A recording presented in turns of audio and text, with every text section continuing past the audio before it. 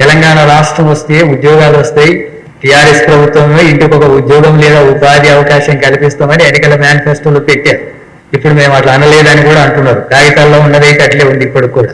అట్లాగే కాంగ్రెస్ అధికారులకు వస్తే అధికారులకు వచ్చిన 1 సంవత్సరంలోనే 2 లక్షల ఉద్యోగాలు భర్తీ చేస్తాం, తర్వాత ప్రతి జూన్ 2 నాటికి అంతా కూడా తప్పకుండా జాబ్ క్యాలెండర్ రిలీజ్ చేసి ఉద్యోగాలు భర్తీ చేస్తామని అన్నారు. మరి సంవత్సరం కాదు 2 సంవత్సరాలు అయితే 2 లక్షల ఉద్యోగాలు ఎందుకు భర్తీ చేయలేదు?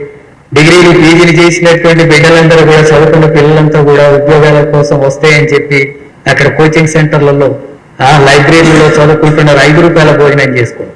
ఈ మధ్యకాలంలో దళితులు, గిరిజనులు, బలహీన వర్గాలు, అలాగే మైనార్టీల్లో పేద కుటుంబాలకు సంబంధించినటువంటి పిల్లలు చదువుకొని డిగ్రీలు పీజీలు పూర్తి చేసి మాకు ఉద్యోగం వస్తుంది, ఆ ఉద్యోగం వస్తే మా తల్లిదండ్రులు కూడా పోషించుకుంటాం అనేటటువంటి పరిస్థితుల్లో ఉన్నటువంటి వాళ్ళకు, అలాగే తల్లిదండ్రులు కూడా కష్టపడి బిడ్డల్ని స్కూళ్ళకు పంపించి చదివిస్తే ఉద్యోగాలు వస్తాయి, వాళ్ళు కూడా మంచి భవిష్యత్తు ఉంటుంది, వాళ్ళ కుటుంబమైనా బాగుంటుంది, మా బ్రతికి ఎట్టయినా పర్వాలేదు, మేమంటే మట్టి మనుషులుగా ఎట్టి మనుషులుగా మారిపోయినాం, మా బిడ్డల భవిష్యత్తు మాత్రం బాగుండాలా, వాళ్ళకు ఉద్యోగాలు రావాలా, వాళ్ళు కూడా గౌరవప్రదంగా జీవించేటటువంటి పరిస్థితి ఉండాలని చెప్పి తల్లిదండ్రులు కష్టపడి బిడ్డలను చదివిస్తే వాళ్ళకు ఉద్యోగాలు రావడం లేదు, ఉపాధి అవకాశాలు దొరకడం లేదు. డిగ్రీలు పీజీలు చేసిన తర్వాత అడ్డ మీద కూలీలు అవుతున్నారు హైదరాబాద్. డిగ్రీలు పీజీలు చేసిన తర్వాత సెక్యూరిటీ గార్డులు అవుతున్నారు, ఆటో డ్రైవర్లు అవుతున్నారు, తక్కువ ఆదాయానికి పనిచేస్తున్నారు, లేదా స్విగ్గీ జొమాటో ఇటువంటి వాటిలో పని చేసుకుంటూ బ్రతకాల్సిన పరిస్థితి వస్తుంది. అంటే వాళ్ళు బ్రతకడమే కష్టమై వాళ్ళ తల్లిదండ్రులు పోషించే స్థితి అనేది లేదు. ఉద్యోగాలు ఎందుకు భర్తీ చేయరు? ఉద్యోగాలు భర్తీ చేయనటువంటి పద్ధతిని ఆ ప్రభుత్వం ఈ ప్రభుత్వం కొనసాగిస్తుంది. ఆ రకంగా నిరుద్యోగ సమస్య తీవ్రంగా ఉంది. నిరుద్యోగ జేఏసీలు ఏర్పడి ఆందోళనలు చేస్తున్నాయి. నిరుద్యోగ జేఏసీలు ఏర్పడి ఆందోళన చేస్తున్నప్పటికీ కూడా ప్రభుత్వాలు స్పందిస్తున్నటువంటిది లేదు. అట్లాగే రైతులకు సంబంధించినటువంటి కౌలు రైతులకు 15,000 ఇస్తామని చెప్పి ప్రభుత్వం ఎన్నికల మేనిఫెస్టోలో చెప్పింది. ఇప్పుడున్న ప్రభుత్వం కౌలు రైతులకు 15,000 రూపాయలు ఇస్తామన్నారు. వ్యవసాయ కూలీలకు సంవత్సరానికి 12,000 రూపాయలు ఇస్తామని అన్నారు. ఇవ్వడం లేదు. బడ్జెట్లో దాంట్లో నిధులు కేటాయించారు. ఎందుకు కౌలు రైతులకు, ఎందుకు కూలీలకు 12,000 నిధులు కేటాయించారు? నోరు లేని వాళ్ళు కాబట్టి, అట్టడుగున ఉన్న వాళ్ళు కాబట్టి, సాంఘటికంగా నిలబడి పోరాడేటటువంటి పరిస్థితి లేదు కాబట్టి, ఓట్లప్పుడు అవి చెప్పి వేసుకొని తర్వాత మాత్రం వాటిని అమలు చేయకుండా బడ్జెట్లో నిధులు కేటాయింపులు చేయడం, ఆ రకంగా కనీసం వచ్చేటటువంటి సంక్షేమ పథకాలు అమలు జరిగినటువంటి పరిస్థితి ఉంది. అందుకని గత ప్రభుత్వమైనా ఈ ప్రభుత్వమైనా ఆ రకంగానే కొనసాగుతుంది. దానికి తోడు కేంద్ర ప్రభుత్వం కూడా రాష్ట్రానికి రావాల్సినటువంటి నిధులు కేటాయింపులు సరిగ్గా ఇవ్వడం లేదు. దానివల్ల రాష్ట్రానికి నష్టం జరుగుతుంది.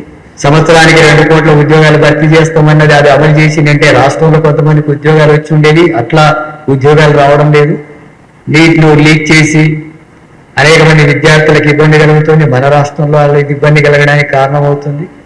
బీసీలకు 45% రిజర్వేషన్స్ అమలు చేయాలని మొత్తం అన్ని పార్టీలంతా శాసనసభ ఏకగ్రీవంగా తీర్మానం చేస్తే దాన్ని అమలు చేయదు బీజేపీ, కేంద్ర ప్రభుత్వం. ఆ రకంగా నష్టం జరుగుతుంది. రాష్ట్రంలో ఉండేటటువంటి ప్రాజెక్టులకు కనీసం ఒక్క ప్రాజెక్టుకైనా, పాలమూరు రంగారెడ్డి ప్రాజెక్టుకైనా జాతీయ హోదా కల్పించమని అంటే కల్పించదు. ఒకవేళ కల్పించింటే ఆ నిధులు వేరే వాటికి ఖర్చు అయి ఉండేది. ఆ రకంగా రాష్ట్రానికి ఉపయోగం జరిగే ఉండేది. అది లేదు. గిరిజన యూనివర్సిటీ అన్నారు, మనమన్నా అన్నారు, అది కూడా ఏమీ జరగట్లేదు. నవోదయ పాఠశాలలు రావు, రాష్ట్రానికి నిధులు రావు. ఆ రూపంలో రాష్ట్రానికి రావాల్సినటువంటి నష్టం కేంద్రం నుంచి జరుగుతుంది. ఈ ప్రభుత్వం ఉన్నా ఆ ప్రభుత్వం ఉన్నా కేవలం రాయితీలు మెమరాండాలు ఇవ్వడం తప్ప వాళ్ళతో ఘర్షణ పడి గట్టిగా పోరాడి రాష్ట్రానికి సాధించుకునేటటువంటి పోరాటం ఇప్పుడు రేవంత్ రెడ్డి చేయడం లేదు. అప్పుడు కేసీఆర్ కూడా ఆ రూపంలో ఏం చేయలేదు. మరి ధర్నాలు అలాంటివి కొంత చేసినా మరి సాధించేంత వరకు జరిగేటటువంటి పోరాటం రాష్ట్ర ప్రయోజనాల కోసం నిలబడేటటువంటి దానిపై అది జరగడం. అందుకని ఏ ప్రభుత్వాలైనా సరే ముఖ్యంగా అట్టడుగు వర్గాలైనటువంటి శ్రామిక వర్గాల ప్రయోజనాల కోసం ఏం చేశారు, ఏం అభివృద్ధి చేశారనే దాని మీదనే ఆధారపడి ఉంటుంది. బాగా డబ్బున్నటువంటి బిలియనీర్స్ మరింత బిలియనీర్స్ అయ్యారు, వాళ్ళకి ఇంకా ఎక్కువ డబ్బులు పోగాయంటే అది కూడా అభివృద్ధి అని చెప్పి అంటే కదా అర్థం లేదు.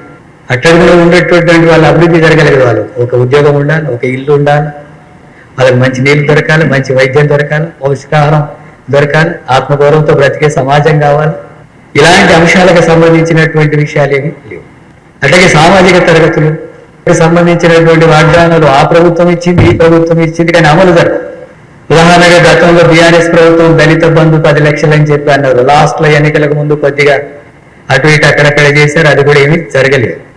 ఇప్పుడు కాంగ్రెస్ ఏం చెప్పింది, మేము 12 లక్షలు ఇస్తామన్నారు. వాళ్ళు 10 లక్షలు ఇస్తామంటే మేము 12 లక్షలు ఇస్తామన్నారు. దళితులు ఓట్లు వేసుకొని అధికారంలోకి వచ్చిన తర్వాత ఒక్కరికి కూడా 12 లక్షల రూపాయలు ఇప్పటి వరకు ఇవ్వలేదు. గిరిజనులకు సంబంధించినటువంటి రిజర్వేషన్లు 12% పెంచుతామన్నారు. మైనార్టీలో 12% పెంచుతామన్నారు. ఆ తర్వాత ఆ ఊసులేదు. బీసీలకి ఈ బడ్జెట్ లో 20,000 కోట్ల రూపాయలు కేటాయించి ఖర్చు పెడతామన్నారు. కేటాయింపులు కాగితాల్లో చూపిస్తాయి, ఖర్చులు ఉండవు. మైనార్టీ మొత్తం రాష్ట్ర అభివృద్ధిలో మైనార్టీలకు 4,000 కోట్లు, 4,000 కోట్ల రూపాయలతో మైనార్టీల అభివృద్ధి ఎట సాధ్యమవుతుంది?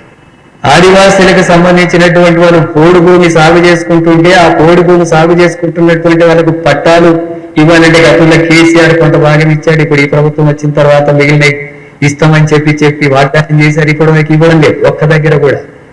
ఫారెస్ట్ వాళ్ళని పోయి ఆదివాసీల్ని పొలాల్లో పంటలు పోయి వేయడానికి లేకుండా అడ్డుకుంటున్నారు.